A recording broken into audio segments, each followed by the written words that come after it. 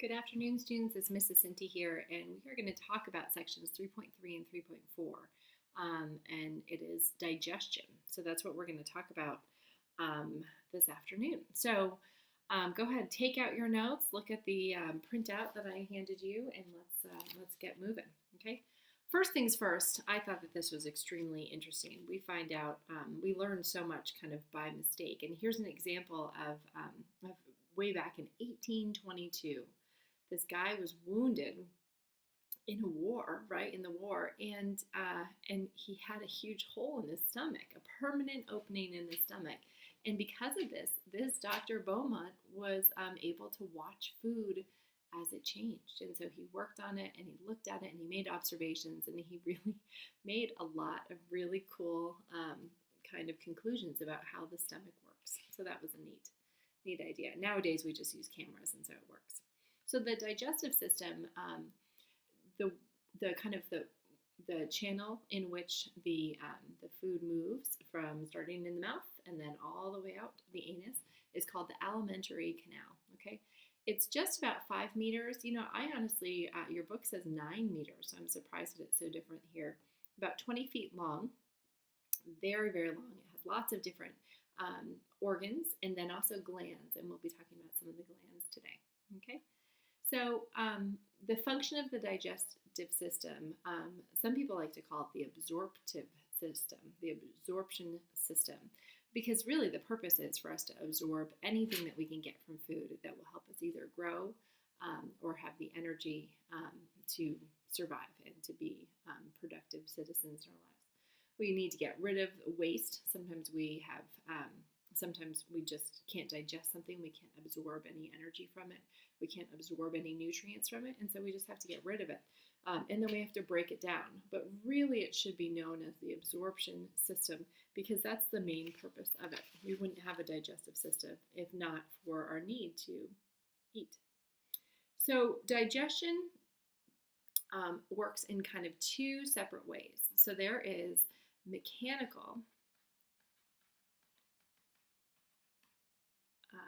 breaking down. So mechanical digestion happens by by the movement and the mashing and all of those things. And also there is chemical digestion. So there's both mechanical and chemical. And the purpose of both is to make the food smaller. Okay, so we're digesting things or the reason why we have these 2 ways is to make the food small enough that so we can absorb it. To absorb, because we can't absorb a whole steak. We cannot absorb even a bite of steak. We need to break it down really to the molecular level. We need to get it down really, really small to a point where we can't even see it anymore, but our blood is able to take it up and then move it to the places where it's necessary. So mechanical is kind of the breaking down, as I'm sure you can tell by just the vocabulary word, mechanical digestion, into smaller pieces. And this is done by both the teeth, which is obvious, or also just the movement of muscles, the squeezing of muscles, the contracting of muscles, all those things. Chemical breakdown has both acid helps. Acid is really we'll talk about it in a second, and then enzymes are what are necessary. So once we break it down far enough, we can use enzymes, and we'll do a brief conversation about enzymes, okay? So that's what digestion is. So it's both mechanical digestion and there's both chemical digestion. But of course, the purpose is to absorb. Okay, so with that said, let's go ahead and just, since we just finished and talked about muscles a bunch, let's look at the muscles that are right there on your skull. Okay, so you have this empty, so if not for the covering of your skin, the epithelial layers, and then of the muscles underneath, and then the glands that are also there, it would just be the skeleton, right? You would just have your skull right there. So, so check out the different muscles that just are sitting right there under your skin right there. So look in the mirror and then, really think about it. Very, very impressive set of muscles right here, holding your head up, allowing your jaw to open and close, giving it some strength. And then there are also glands that are here, okay? And we'll talk about glands in just a second. So digestion starts in the mouth. Okay, and so these are the things that I want you to know about with this diagram. Not everything. Um, I need you to know, obviously, lips, whatever. I need you to know about the premolars, okay, which are right in front of the molars. I want you to know about the canines, and I always think of dogs. They have these big canines. That's kind of what you see. And then also the incisors, okay? You need to know the tongue, okay? And then I think that's it. One thing, as you get older, you'll hear about gingivitis. You could even bring it up to maybe your parents, because I think dentists just tell everybody that they're going to get gingivitis. It means that there's a receding of the gums. But gingivitis comes from the name gingiva, which means gums, which kind of is the statement for gums. So this is also known as the mouth is also known as the oral cavity. And so this is where the food starts, where it goes in first. The food cavity contains, or the oral cavity contains both the teeth, obviously the mouth, the tongue, number 2. Number 3, the salivary glands. And number 4, the salivary ducts. Okay, and really salivary glands are the thing that make the saliva, and then it comes out of the ducts. So that's kind of the same thing, the ducts. Okay, the way that, let me clear or make a different color here. The other thing I need you to know is that the salivary, no, we're going to get to that in a second. So sorry. So your teeth, what they do is they mash, grind, or bite apart, right? Bite apart food to make it smaller. Food to make smaller. And then you also have something else helping that you don't think of as much, maybe, perhaps. You have saliva, okay? And saliva is released by the salivary glands. And I know that this is very messy, but I know that you are making nice, beautiful notes right on the left, okay? And so the saliva is the chemical digestion. The teeth and the tongue would be mechanical digestion. Okay, so let's look at those salivary glands just for a teensy minute. And vocabulary is not going to matter on this. There are 3 glands that feed into your mouth. And what these are, it's very neat. These are activated. They have to be activated. And they can be activated by simply the time of day. And activated means that they're going to start to produce. Activated means produce saliva.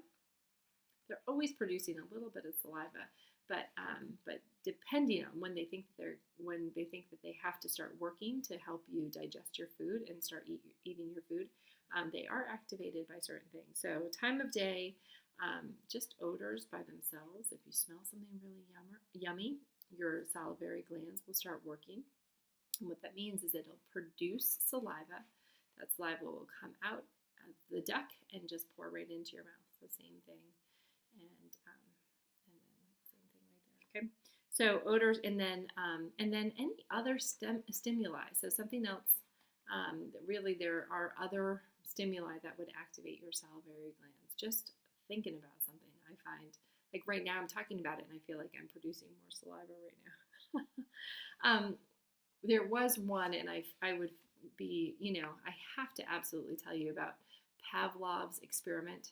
I would be irresponsible not to. So Pavlov was a scientist who was interested in this, the salivary glands and just the production of saliva. And so what he would do is he would show a dog. He did a ton of different experiments, but kind of the overview of it is he showed a dog food, and the dog would salivate and then be able to eat it. And at the same time that he fed the dog, he would always ring a bell. Actually, I'm thinking about a funny Office episode where this happened as well. I'm just thinking about that. Okay, so he would ring a bell. Okay, and so he would ring the bell every time that the dog saw food for I don't know how many times in a row. You know, not like all in the same day, but over a time period of days and weeks. And so at first he noticed that the dog would salivate when he saw the dog food. The dog would not salivate when he heard the bell. But when he started to ring the bell and show the food at the same time, the dog would always salivate because he saw the food. But then over time, every time that dog heard a bell, it would start to salivate because that would mean that food would be coming. Okay, so that's an example of a learned response, which is just really, really, really cool. So what is saliva? Here's a nice picture. There were so many other options of saliva pictures. This one was the most, I feel, I don't know if that's even tasteful, but whatever. So saliva has, it secrete, within the saliva, there are a few items, okay? So saliva contains, so it's not just water, right? It's not just water. I've been using accents weirdly. So saliva is, it has, we're going to say just slippery proteins. Slippery proteins, you know, why would you put slippery proteins in there? I think if you thought for a little while, you would say, it's kind of important for my food to be slippery so it can slip right down my esophagus. So the slippery proteins are not only to help the food, like lube it up so it can move right through, but it also is really helpful in protecting your cheeks, in protecting all of your kind of internal surfaces, just to make sure that there's not much abrasion. So it kind of lubricates that. So slippery proteins, that's so the food can move down and also to protect the mouth. Saliva also contains some antibacterial. Like we cook our food, but it's not like we aren't ingesting bacteria quite a bit. And so there are antibacterial agents in your saliva, so just things that are going to help, like you try antibacterial Purell. This would be an example of something that our body naturally produces to fight off the bacteria. And then it also produces some buffers, and buffers, we're not ready to talk about acids and bases, so you can think of it as just a kind of another chemical barrier to protect the teeth. Because we want to protect the teeth. The teeth absolutely are fairly protect teeth from the acid that is in our saliva. And then also it contains amylase. And amylase is the only, maybe I'm going to talk about one more, but this is a enzyme, okay? And it's an enzyme that focuses on the breakdown of carbohydrates. Carbohydrates, and specifically complex carbohydrates, okay, which are chains of sugars, okay, chains of sugars. So starch would be an example, and it's going to help start that process of breaking it down. It in no way does the whole process, but at least starts it and may break this down, maybe, in half or maybe something like that. So that's its purpose. So how does an enzyme work, just really quickly? An enzyme is actually made out of a protein. Our whole body functions basically on these enzymes and hormones, which are lipids, but enzymes are a protein. This is an example of an enzyme, and it has this site right here that will perfectly fit a long chain carbohydrate, right? So this specifically, an enzyme can grab onto really anything.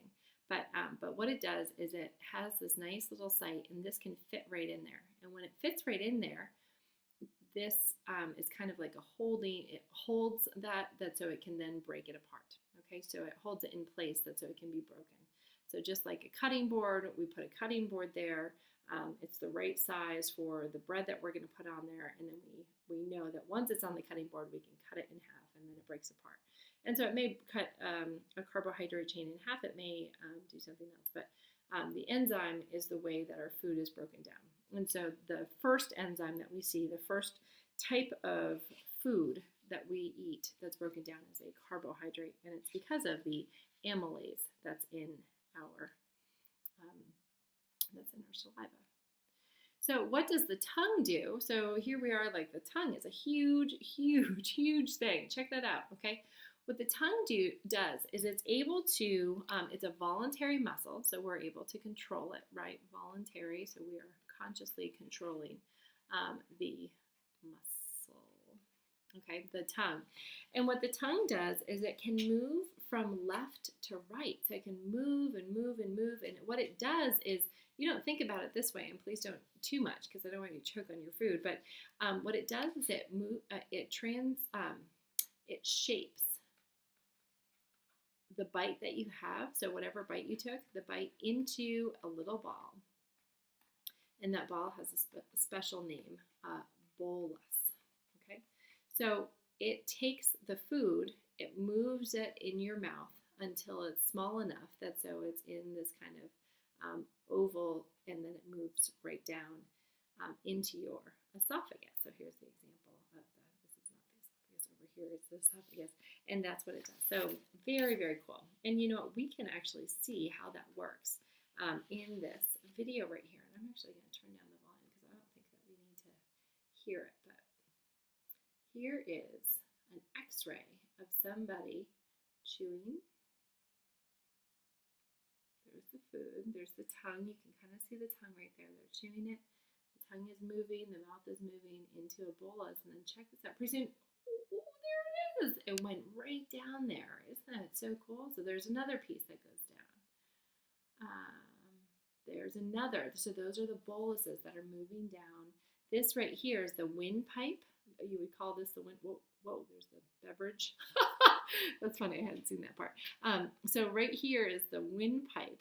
Okay, this is the mouth, of course, the teeth, blah, blah, blah.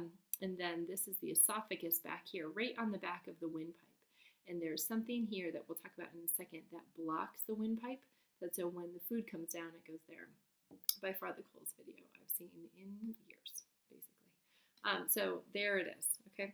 So those, oh, I skipped ahead, I think. I hope I did. Okay.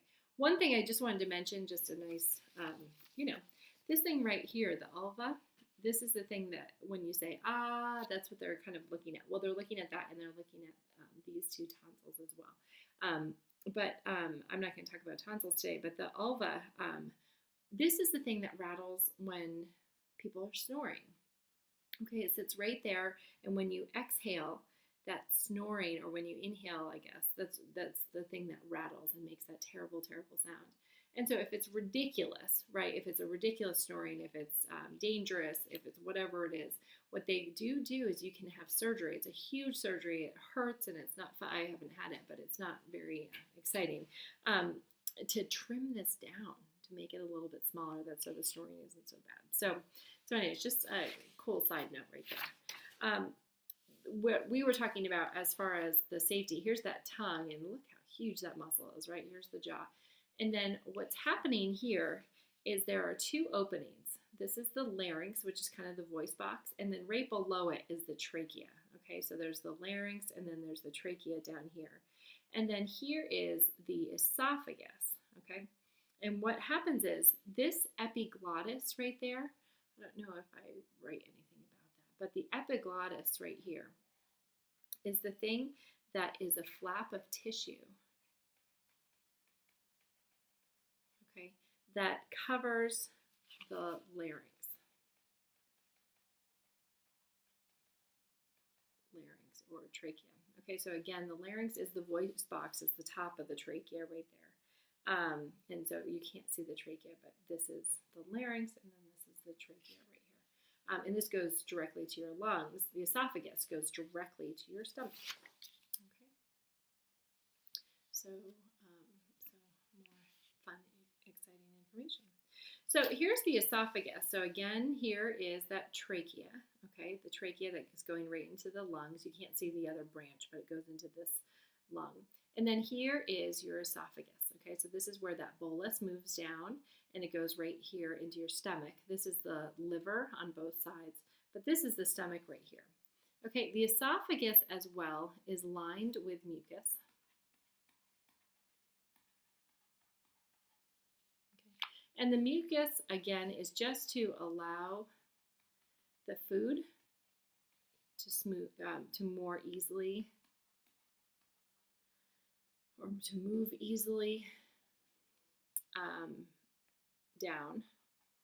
And the mucus is to protect the esophagus because you don't want there to be any tears in there. And so if you eat something perhaps by accident, like a bone, what it does is it just lubricates it, so the esophagus walls. It just moves it right down. Hopefully, that's the idea.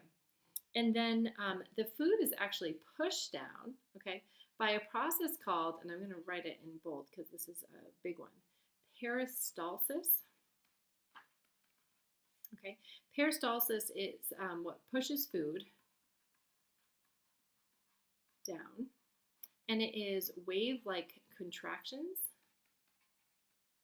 wave-like muscle contractions. Okay, and this would be an involuntary thing. We aren't controlling those wave-like contractions that are pushing the food down. Okay, so that's how the esophagus works, and then it brings us down to the stomach. Okay, so let's look at the stomach. So this is the stomach, and I like this picture because it shows, it's right from your book, and it shows how many muscles are lining your stomach, right? Your stomach is actually pretty high up. It's not low, and so when you have stomach pains, you would call them stomach pains, it's usually your intestines that are hurting. So something in your intestine is uncomfortable. Maybe a buildup of gas, maybe, I don't know. But the stomach is pretty high up, and we usually don't have stomach pains. The only kind of pain that we get because of our stomach is something called acid reflux, and that's sometimes when this really soupy, acidic material that's inside these muscles is able to pop right up, and there's something that's meant to stop it, but sometimes it is lazy, right? So this is peristalsis. It's showing you how it squeezes and it's pushing that bolus down into the stomach. What we do is we kind of want the food to stay here for a little while. And it does stay here. It stays here for a couple hours. The next slide will tell you how long, about 2 to 6 hours. So we want food to stay here. This is an exercise in your book right here, sorry. But it's asking you to show where the peristalsis is. And what's happening in the stomach is that the food is kind of undergoing two things. It is undergoing both mechanical digestion again, and it's undergoing chemical digestion. Okay, the mechanical is because of all the muscles in the stomach. Okay, the muscles in the stomach are churning and contracting.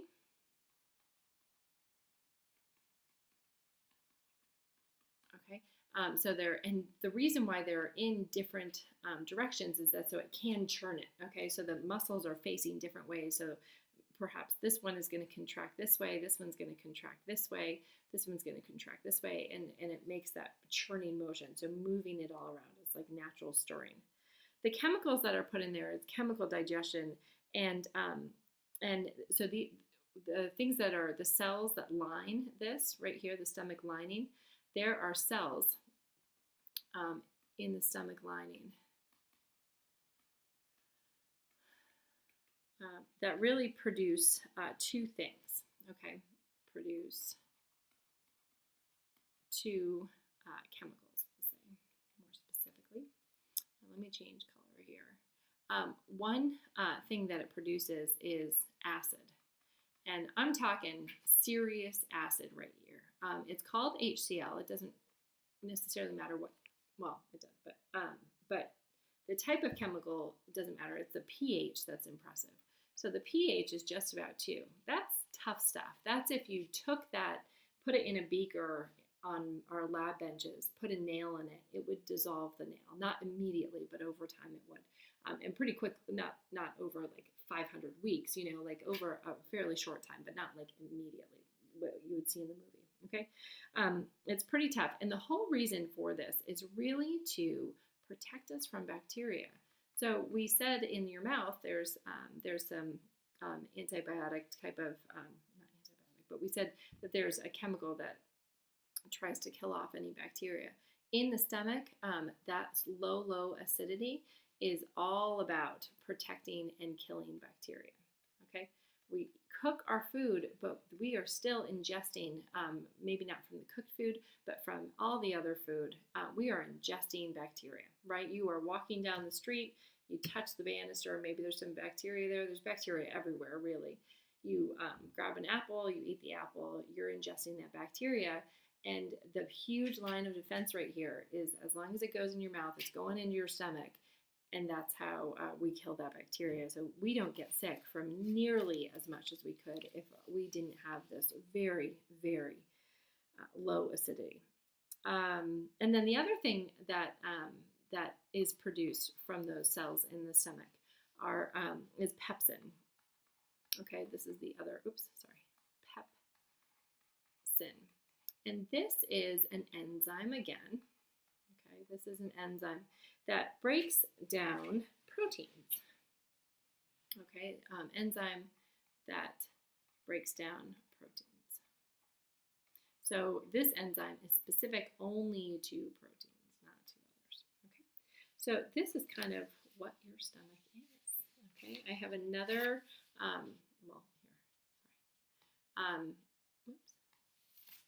So after chewing and swallowing, it only takes about 5 to 10 seconds for the food to pass through your esophagus. Okay, be chewed and then pass through your esophagus and get to the stomach right here. Okay, and then it spends about 2 to 6 hours being digested, but it's not digesting carbohydrates, it's not digesting lipids, it's not digesting anything. It's killing bacteria, and then it's also working on the protein. I didn't mean to say anything. I misspoke there, but it is breaking down stuff. And then there's that whole other part of your digestive system that we even talked about. And that's what section 3.4 is all about. Okay, so I think I'm going to stop here, and then we'll come back and do section 3.4.